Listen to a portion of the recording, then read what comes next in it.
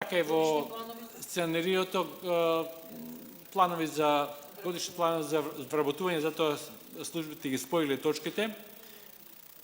Значи, предлог одлука за давање согласно на годишен план за вработување за 25-та година на јавно предпријатие комунална хигиена Скопје, да водиме заедничка расправа, гласањето биде поединечно. Кој е за предлогот? Благодарам.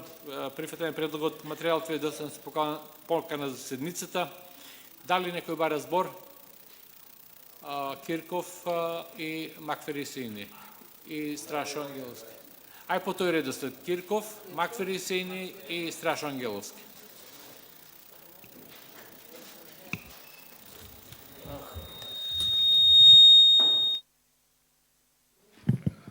Благодарам, председателе.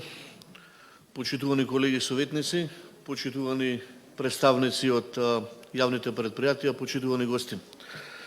Не можам да останам имун кога се работи за предпријатие кое го следам од самото негово основање, тоа е ЈП Лајка, и не можам да останам имун да не искоментирам кога се работи за проблемот со бездомните куќиња кај нас.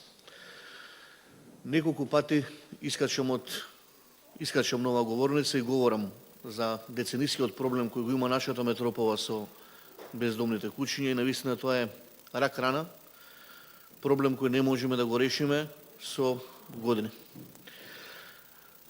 Неколку пати исто така говорам дека треба политиката да тргнеме од животните и навистина треба да се запрашаме кога и како ќе го решиме проблемот.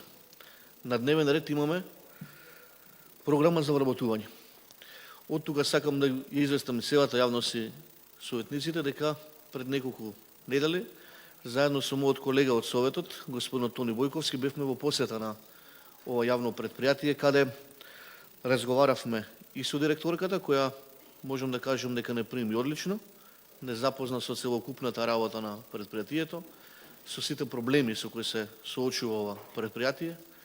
Разговаравме со вработените и како фидбек можам да кажам, добивме од нив дека за жал има вработени кои повеќе од 3 години се таму, а немаат постојано вработување.